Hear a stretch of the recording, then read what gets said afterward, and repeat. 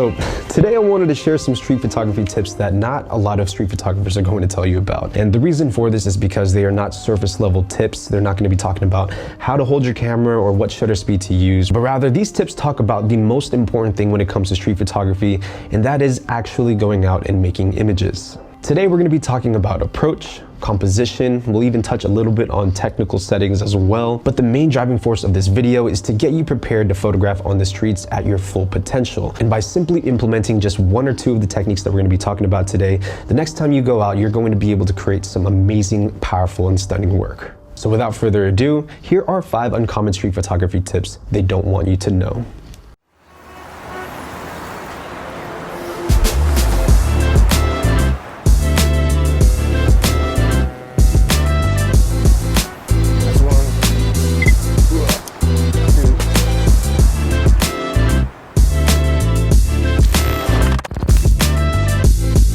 Now, if you shoot street photography in a group or maybe even with just like 2 or 3 other people, there's nothing wrong with that. That is perfectly fine. But once you start exploring the streets on your own and being by yourself, that's when you'll see a huge difference in your work. Now, I got this idea when I started reading this book called The War of Art by Steven Pressfield. And in this book, he talks about how no matter what occupation you have, you are a professional. And as a result of being a professional, you instantly make this enemy called resistance. In fact, he labels resistance as an enemy and that it manifests in many different ways through procrastination and maybe even just like unexpected situations that could get in the way of your work, and that every single day you need to go to war with the resistance because it's going to try to stop you from getting the work you need to get done. Now, how this translates over into street photography is I tend to see working with a group sort of as a form of resistance. If you really want to be locked in 100% of the time and you want to dedicate your eyes to the street, you need to work alone. There's no other way to do it. You know, I tend to find myself getting mixed up with conversation or maybe just like playing with people's cameras even. And all of these smaller things, even though you're out there trying to do street photography,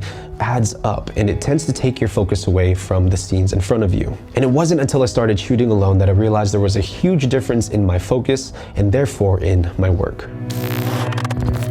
Worry more about telling your story rather than trying to perfect your settings. Let's face it, an image perfectly timed or holding a very, very strong composition or maybe just an amazing display of emotion is going to be far more compelling than any image that is bland and dry but is perfectly exposed. And it's a very, very simple fix. Simply give your camera more control over your photography. If you have auto modes built into your camera, and chances are you probably do, use it. Utilize everything that your camera has to offer to your advantage so that you can focus more on making the photograph rather than trying to fiddle around with your settings. Utilize your auto ISO. Make it so simple that all you have to do is pull the camera to your face and make the image. And it always baffles me about how much people take pride in saying, oh, I shoot only in manual mode. But let me tell you right now, no one cares if you're shooting in manual mode or if you're shooting in program mode. What everyone cares about is the output. You know, what does your image look like? Does it have feel? What, story is it trying to portray? No one's gonna really go into your gallery show and look at the image on the wall and say, wow, I bet you he shot that in manual mode. Nobody in their right mind will think that. So put more energy towards creating that compelling scene, telling that story, rather than fiddling around with your camera and missing your shot. Photograph like an elevator. Now, if you've ever wondered why your images all sort of feel the same, chances are you're probably only photographing on one level. Now, I'm not talking about skill level or anything like that. I'm actually talking about where you position your camera and what level you're using to tell your story. Think of your camera as an elevator, and that when you're photographing at eye level, you're kind of stuck in that middle floor. Now, photographing at eye level like this is going to tell a couple of different things. Mostly you want to document what's in front of you, show the world exactly what you see through your eyes by, putting the camera to your face. But if that's the only perspective in which you tell your story, that's the only way your images will ever be seen, through your eyes. But the beauty of street photography is you can position your camera at different angles, whether higher or lower, to create different feeling images. For example, if I'm photographing now at a higher level and I ride the elevator upstairs, now I'm starting to point down at my subjects. And when you photograph from above, most often or not, you're going to create this feeling of everything is smaller. And in trade, you can utilize this to your advantage to maybe even show scale or even utilize it as a composing element. But by simply just putting your camera up here now, whether that's on the 3rd floor or maybe just at eye level but pointing down, you completely change the perspective in which your subjects look like in the frame. Now let's say you were to take the elevator down and photograph looking up. When you photograph looking up, your subjects don't look small anymore like you would on the top floor.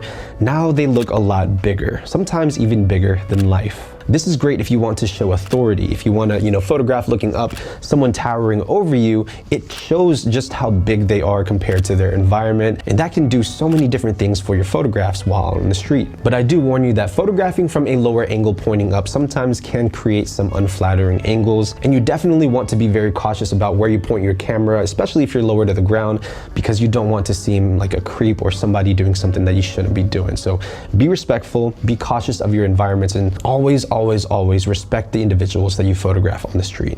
And if you really want to create some stunning work, utilize all the different levels in your elevator to tell your story.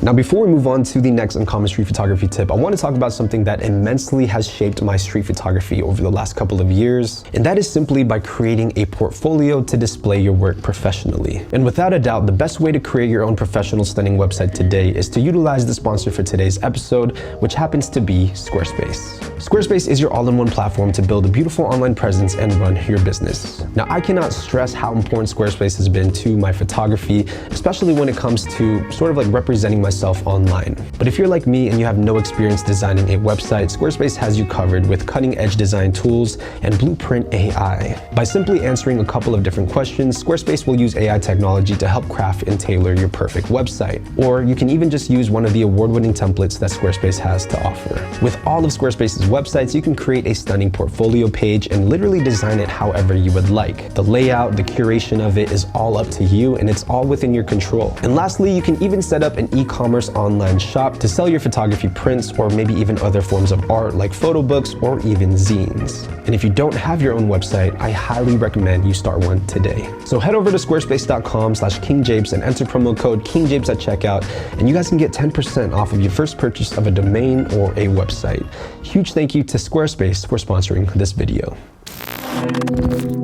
Always photograph the big three.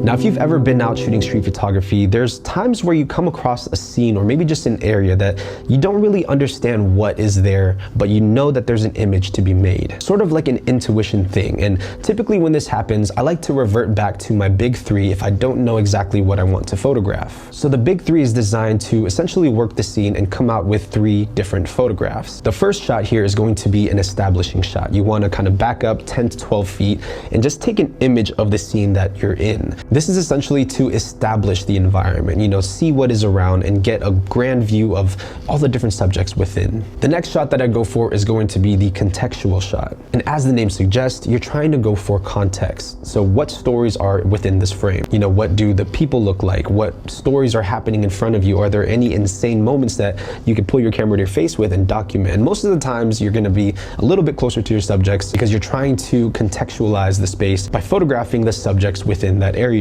And lastly, we have the detail shot, which is essentially going to be getting a lot closer and honing in on smaller details. This could be part of someone's outfit, it could be a texture even, or maybe even some nice shadow and light play. The point is, the big three is going to document your far, your middle, and your near. And if you don't really know what exactly you want to make an image of, I like to fall back on these big three, make my images, and then move on so I don't waste my time. This should allow you to work every single scene effectively, and if you don't really know what's going on there, the big three is a fall-safe option for you to photograph. Your camera and lens is the same as a paintbrush and a canvas. When you think about how we as photographers or artists display our work, it's essentially the exact same as a painter would. What I'm talking about here are the dimensions in which we create our work, right? Everything we create is two-dimensional. If you look at an image, it is flat. And the same goes for a painter. If you look at a canvas, everything is flat. So our job as photographers is essentially the same as a painter's would be.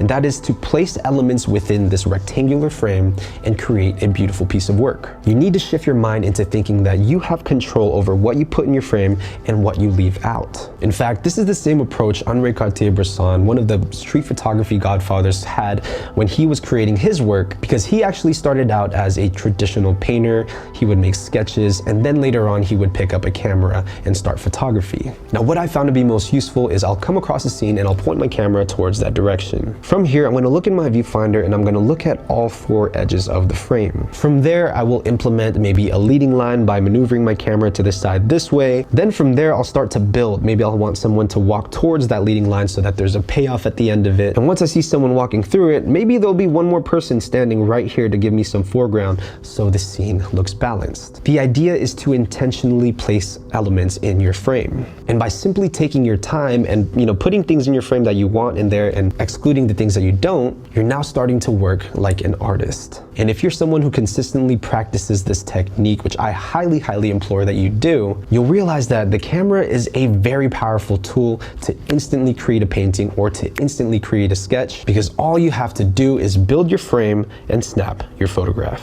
Alright, so I wanted to end this video off here with a bonus tip essentially, and this is going to be for the people here who want to really create their best work. And folks, if you have any type of inclination to do that, you might want to stick around for this last part. And the tip that I'm talking about here is you don't need much to create amazing work. In fact, everything you have right now is more than good enough to create. Now, because of social media, I feel like people often get caught up in this constant comparison where it's like, she creates amazing work because she always travels to a new destination, a new country, or, that guy over there has all of the newest, best gear, the newest lenses, the newest cameras. That's why he's always creating good work. And folks, I just want to let you know right now, that is complete BS. If you have a camera that can focus and make an image, you have everything you need already to create stunning work. And it doesn't matter where you live. If you live in a big city or if you live in the rural outskirts of a town, you have plenty of different subjects to photograph. And I know how it feels. Sometimes you get caught up in photographing the same areas, but if you've trained yourself enough as a photographer,